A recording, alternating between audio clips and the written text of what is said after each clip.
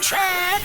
That's right, Flow 98.7 FM. You're truly Spexdaboss here, Kingston, Jamaica. Courtesy of my friends here at the Bridge 99 allowed me to take over their studio to make my own studio, and I call this studio Snakey's Corner. You know, so right over there, Snakey's Corner, I go on whole lot of vibes. You know, broadcasting, Spexcasting all the way back to Toronto, Canada. So it's like we're in Toronto, but we're in Kingston, Jamaica, and we just heard music from the one and only Lila Iké. And the last time she was in Toronto was just before the pandemic there, and the last station, the first station she came to was this station right here, Flow 98.7. Now Madara foot, take that thing there, right there. Yeah, I say then at my place. Jeez, that's the big voice. For those that don't know, can you just give them a small acapella that tune, yeah? Oh gosh, yes, yes. When I look at where I'm coming from and take a look at where my journey began, expect them know you know what gone, know what gone. See they know you're there, yeah, pan Jamaica land, yes. My sister Lila Iké, I'm so happy to see you. And you know, for all those that want to see, we're live on my Instagram at Spexdaboss. Make sure you're following, and everybody tag and follow Lila Iké right now. Show her that we see her in Toronto, and show her the strength and the power of Toronto. How we are, you know, so into her career. We are so into you. We always loved you in Toronto, Canada. We've always supported you before we even met you and got to see you. You know, how important is Toronto to you? Very important. I mean, I've been there once and the vibe was amazing. You know, when I go to places for the first time, I'm always a little bit nervous because I'm like, boy, I wonder if these people know who I am. I wonder what the reception's gonna be like. And it feels like home. You know, I'm actually trying to be back there. So I need for book me and bring me over to Toronto right now. You hear that? But don't do it before I do it. And the first time you came to Canada and I found out, I was very excited. You know, and not as a broadcaster, announcer, soundman, selector, DJ, or anything like that, but as a fan of the music, a fan of your music, a fan of you, and you know, the strength that you show in such a male-dominated industry, and how you fight the fight and go through it, and you still find a way to persevere and represent for the younger girls that want to do the same thing. Now, is that intentional, or is that just a natural thing that you have, or is that just defense of you protecting your energy and your vibe? I think, you know, it's a mixture of all three, because I wouldn't say it's intentional. I feel like when you're on a particular journey, it sometimes forces you to do things, protect your energy, force you to just kind of realize, okay, this is what's going on here. You always just have to represent yourself. But naturally, this is just how my mother raised me. You know, my mother is a very, very, very strong energy woman, you know, very, very independent, very much a go-getter and everything. So it's kind of just that conditioning that we bring across anything I'm doing in my life. For real. All right, you're just tuning in. Yes, we do the mix show at this time, but I stopped everything, stopped all the press. Lila Iké, the Empress in the belt. You know, nothing is more important than this moment to me here right now. And why? Because we were just at the conference, you know, big up to Shaggy and Sharon Burke and Judith Bodley, you know, and they put on a conference that was just so very important when it comes to knowledge and information, and taking the actual experience of somebody else and learning from other people's mistakes and putting it out there with so many different platforms and so many people that Jamaica needs to be here in order to not elevate Jamaica alone, but the whole Caribbean and the diaspora and black music, especially on Black History Month and Reggae Month. What did you get out of that conference? First and foremost, just feeling appreciated, you know, feeling seen, feeling like my music, outside of just being entertaining, it's also being recognized as something worth, you know, talking about and hearing from as well, me as an artist. And, you know, it's a conference that I learned a lot from, being on the panel with Shaggy and hearing him talk about his experience when he was just coming, and just a lot of things, a lot of resources that are missing, and what we need to do as artists, and even just what is missing from the space. You know, it's good to be reminded of these things, because it just makes me as an artist want to go much harder. And it was inspiring for me to just sit there and see people in front of me actually listening to what I'm saying. You know, it kind of reinforced the fact that, okay, the music that I am making does make a difference, and, you know, people appreciate it. Appreciation. actually performed at the chairman dinner, Shaggy's chairman dinner for the conference the other night. An amazing performance. You looked absolutely incredible. you. I just haven't posted the pictures them yet, but you look absolutely. So you always do, and you're a fashionista. We see, give it to them, but Yeah. when you bring it to them, it's a different thing. But anyways, speaking about influencing and the influences and all that. I remember seeing Marcia Griffiths, the queen of reggae music.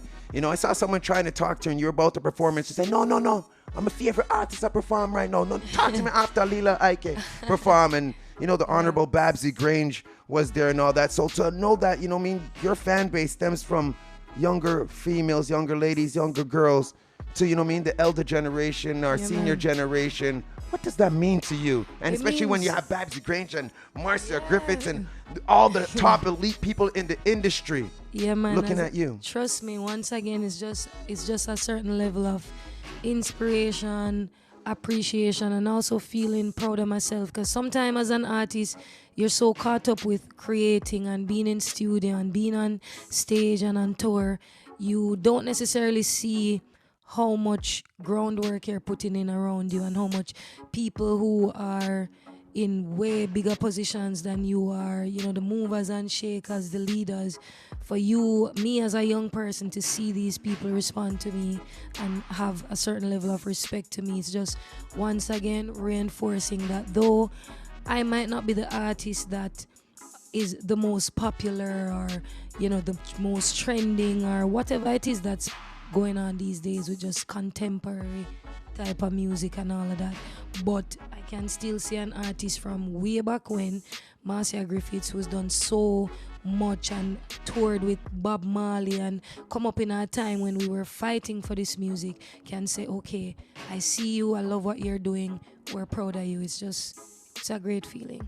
I see you and I love what you're doing, Lila Iké. And I tell you, I felt like a big brother to you because sometimes I go on like me, your big brother still, and you bad me up somewhere. We are doing at Jamaica, Specs, wherever. But, feeling proud, accomplished, that is how I felt, and emotional, like it really tugged on an emotional heartstring when I saw you on that stage representing for reggae and dancehall music on that Burna Boy show. One of the biggest moments in Jamaican music history. For sure. One of the biggest events in Jamaican music history. And you being a part of that history and deserving to be on that stage to represent. When you were selected and got that call, I want to talk about that.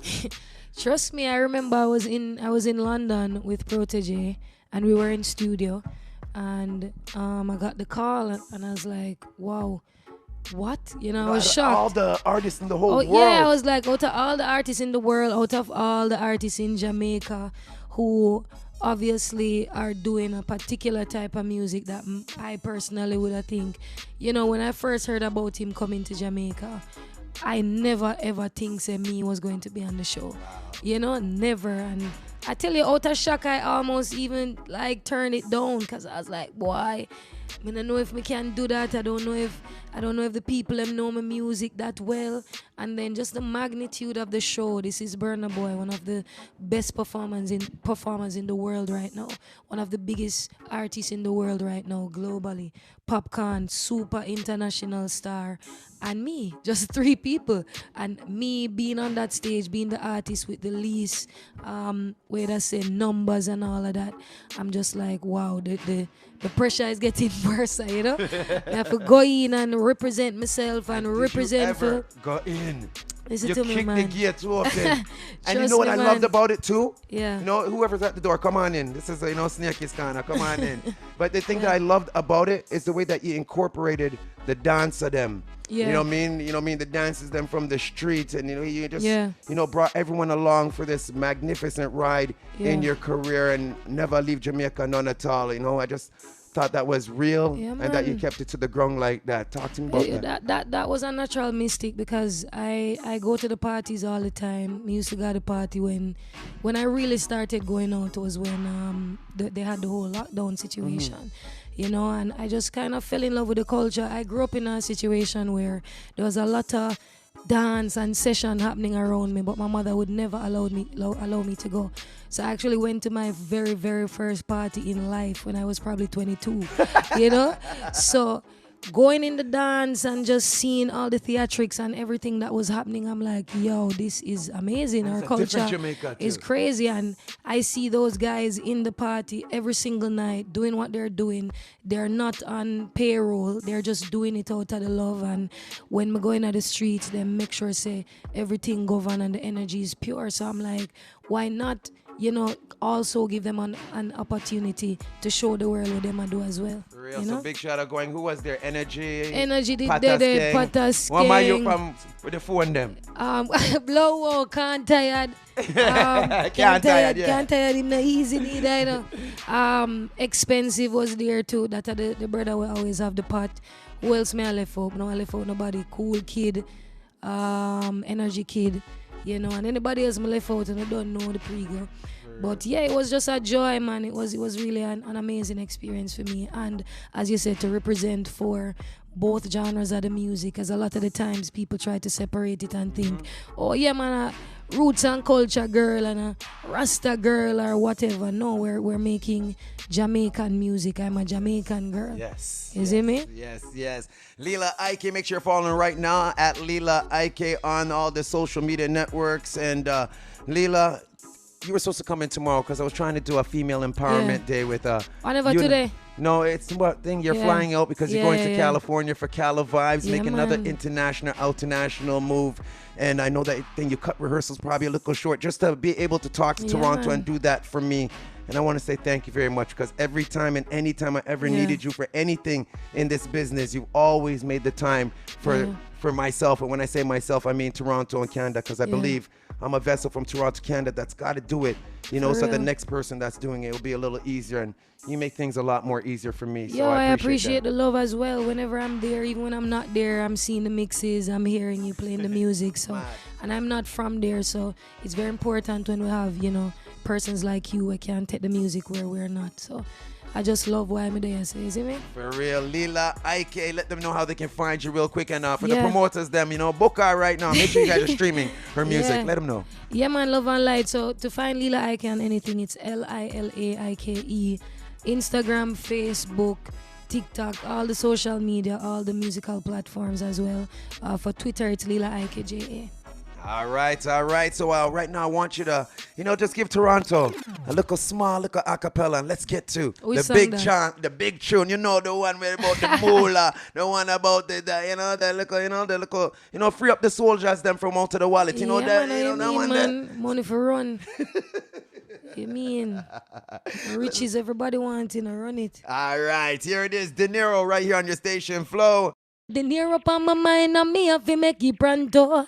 Hey, when I no time for dirty bungle, money on my mind and me have to get it. Wow, Lila Iké live inside Snakey's Corner via Bridge 99 on Flow 98.7 in Toronto, Canada by Kingston, Jamaica. Thank you very much for the love, the light, the music, your passion, your dedication, representation, and keeping it positive, not only for females, but for black people all over the world. I truly do appreciate it, and I wish you a happy Black History, not month, not year, but infinity. Every day. And as we celebrate Reggae Month, this is absolutely incredible. And have an amazing time in California for Cali Vibes. For all those listening, heading to Cali Vibes, make sure you go to Lila Iké and just let her know so Toronto always has her back, and we'll love her just like that. Love and light and I give thanks.